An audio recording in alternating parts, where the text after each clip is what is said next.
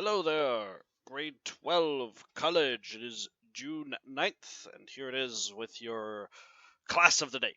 So, we're going to be talking about Hound of the Baskervilles, but you know what? I'm going to do it a little differently this time.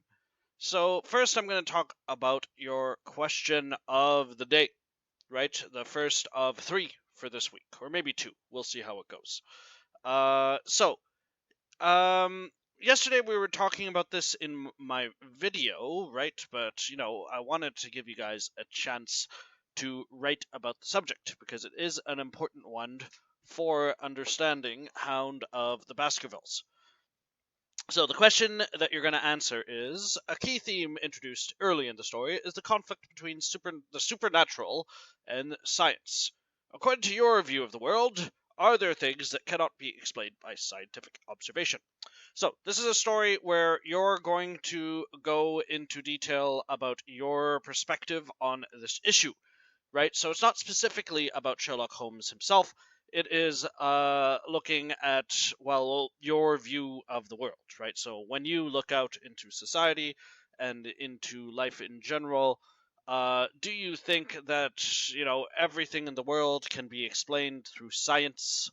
Or are there things that are supernatural or something else that science cannot possibly explain, right? So this is sort of a philosophical question.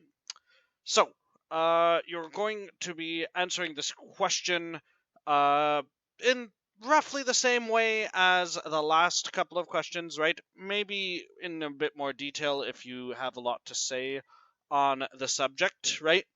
But I'm going to be emphasizing the writing part for this particular question because I've been marking your essays. I haven't marked all of them yet, but I've marked many of them. And I have to say, there is a problem among some of you with, let's just say, spelling inaccuracies. So, what I mean by that is we're seeing a lot of typos in your writing, right? And a lot of them are quite preventable. So let's look at this sentence here. I've got this sentence. Holmes is a great detective and uses his Ken observations to solve terror crimes, and his best friend is Watson. So I've got this sentence here, right? And this is written by me, by the way, not one of you. But you will see that there are, let's see, 1, 2, 3, 4 spelling mistakes in there, right? But as you can see, right, I put a period, everything.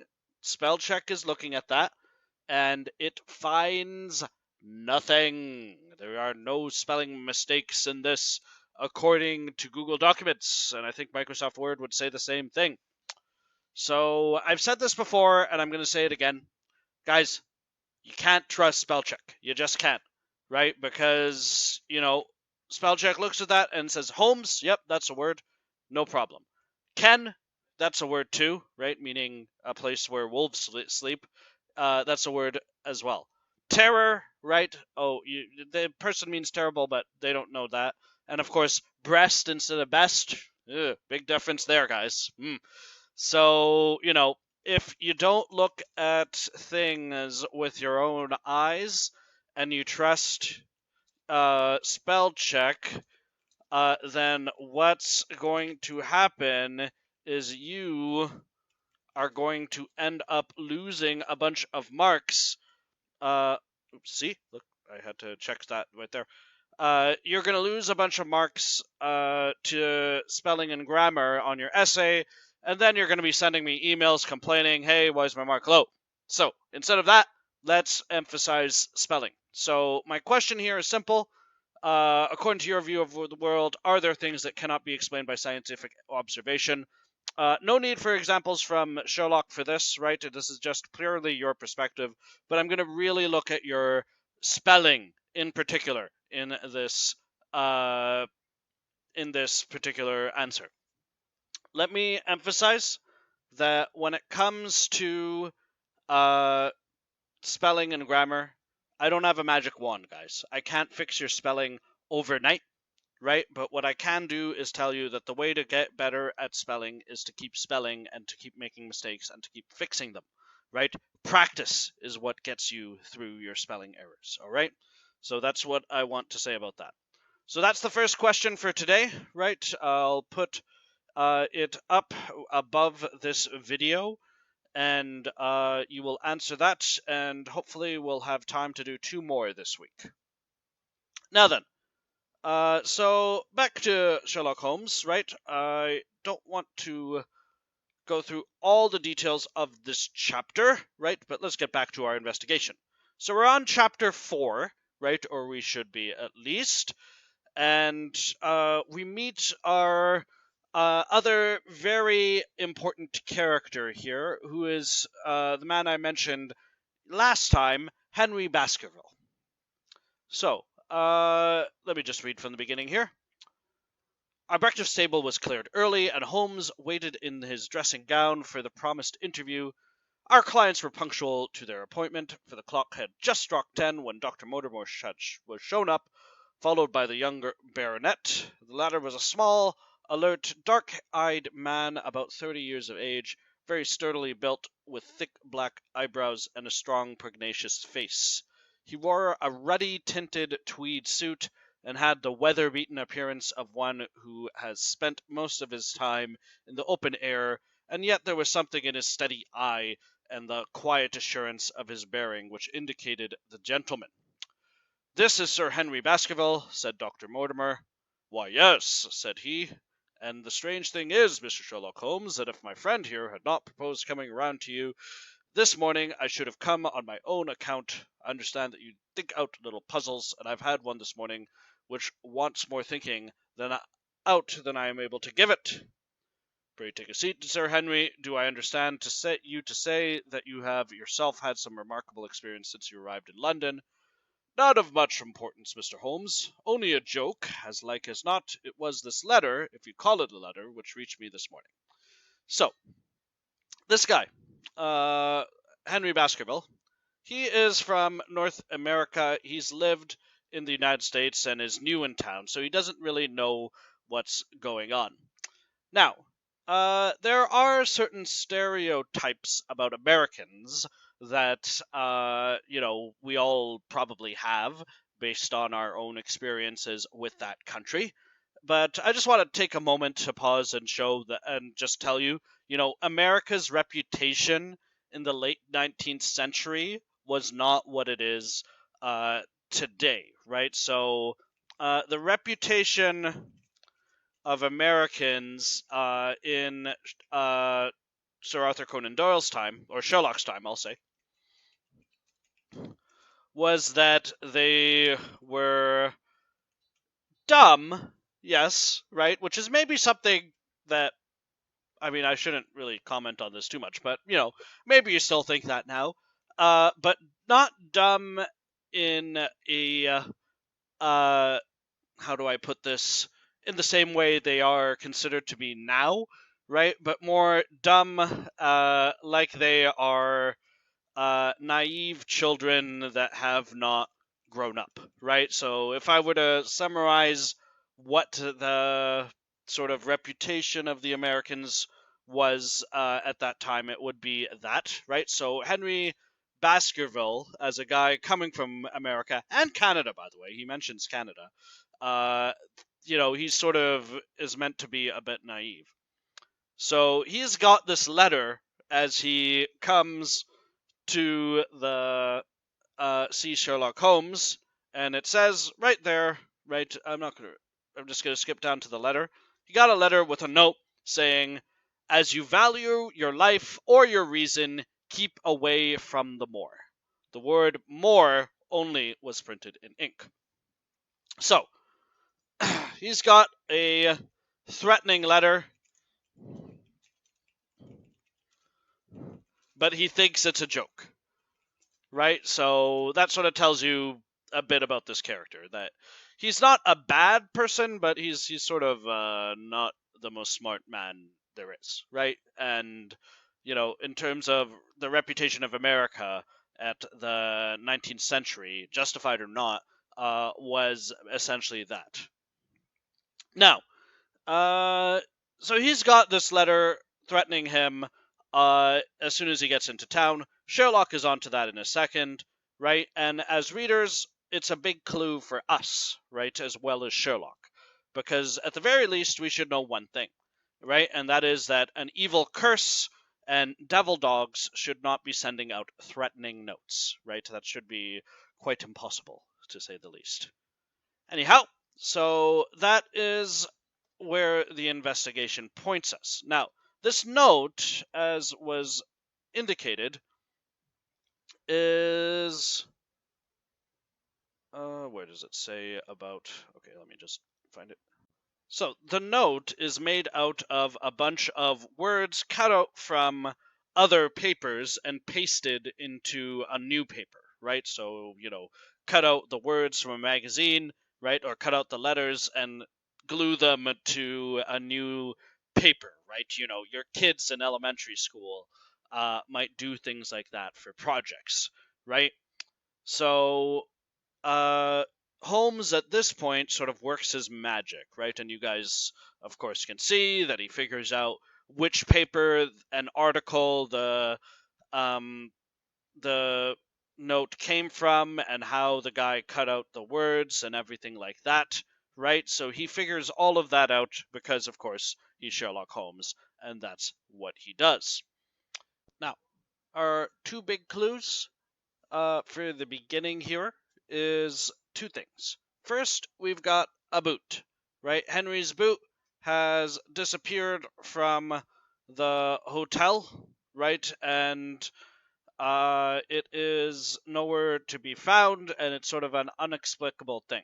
Only one boot, incidentally, right? But the boot is nevertheless gone. Let me find the line. Right, this is just in the middle of the chapter here. Sir Henry smiled. I don't know much of British life yet, for I have spent nearly all my time in the States and in Canada, but I hope that to lose one of your boots is not part of the ordinary routine of life over here. You have lost one of your boots? My dear sir, cried Dr. Mortimer, it is only mislaid. You will find it when you return to the hotel. What is the use of troubling Mr. Holmes with trifles of this kind? Well, he asked for anything outside the ordinary routine. Exactly, said Holmes. However foolish the incident may seem, you have lost one of your boots, you say. Right? So, when you have this kind of detail thrown at you in a story like Sherlock Holmes, then you know that it's not just there because the author wanted to throw something in about a boot, right? It will have some significance later. So we have a boot, but more importantly, you've got a man following around Henry in a cab, right? And he's got a false beard and is smart enough to escape capture, right? So Henry is being followed. So that is our next clue, right? And that already is putting a damper on the supernatural aspect of the story, right? Because again, if it were a devil dog, right, how can a devil dog be having someone follow him, right? So that's our second clue here. So Holmes is going to work, and he is, starting to try to track down the cab. He's also got someone looking for the newspaper, right, in order to try to figure out who wrote the note, right? So there's all sorts of investigations that he's doing, right? And, again, this is a fun story, and I hope you guys are enjoying it for that reason. But there's one other thing I wanted to talk about before we wrap up this video, right? And that's the idea of the meta-narrative, right? So, hold on, let me find the line.